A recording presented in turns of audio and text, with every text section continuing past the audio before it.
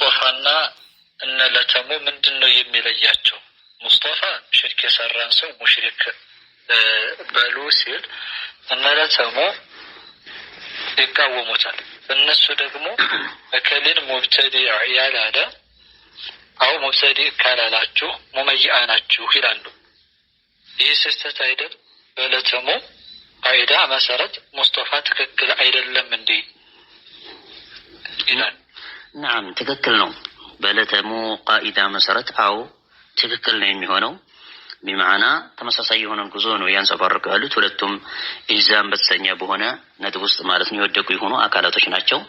አንደኛው በተብዲዕ ኢልዛም ሲያደርግ፣ ሌላኛው በተክፊር ኢልዛም እያደረገ ነው ያለው። ስለዚህ ተመሳሳይ የሆነ ጎዳና ነው እያራመዱ ያሉት። ትላንት በሆነ ፕሮግራም ላይ ስለዚህ ጉዳይ አውርቻለሁኝ።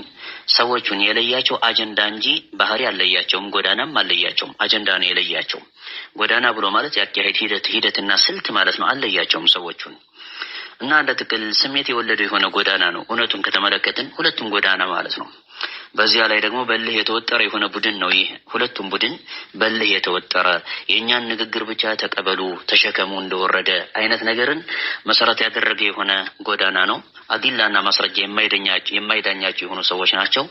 በመቀጠል ሁለቱም ቡድን ሐሰትና ውሸት የተሰኘው መገለጫው ነው። ሁለቱም ዋሾ የሆነ ቡድን ነው። ሐቂቃውን ከተመለከትን ነስአሉላህ አልዓፍወ ወልዓፊያ ሰው ያልተናገረ የሆነውን ንግግር ተናግሯል እያሉ የሚለጥፉ ከሜዳ እየተነሱ ማለት ነው። እንደዚህ አይነት ባህሪ የተጸናወታቸው የሆኑ ሰዎች ናቸው። አልሐዘረ ሚን هذين الفرقتين او من هاتين الفرقتين ከነኚህ ከሁለቶቹ ቡድኖች አሁን ከተወሰዱት ከሆኑት ቡድኖች እጅግ በጣም ጥንቃቄ ማድረግ ያስፈልጋል። ናም ወጣቶች ተጠንቀቁ። ሐቂቃ እነኚህ ሰዎች የግል ባህሪያቸውን ዲን አድርገው በህዝቡ ልቦና ውስጥ ማስረጽ የሚፈልጉ የሆኑ አካላቶች ናቸው። በእጅጉ ጥንቃቄ አድርጉ። ወላሁ አዕለም።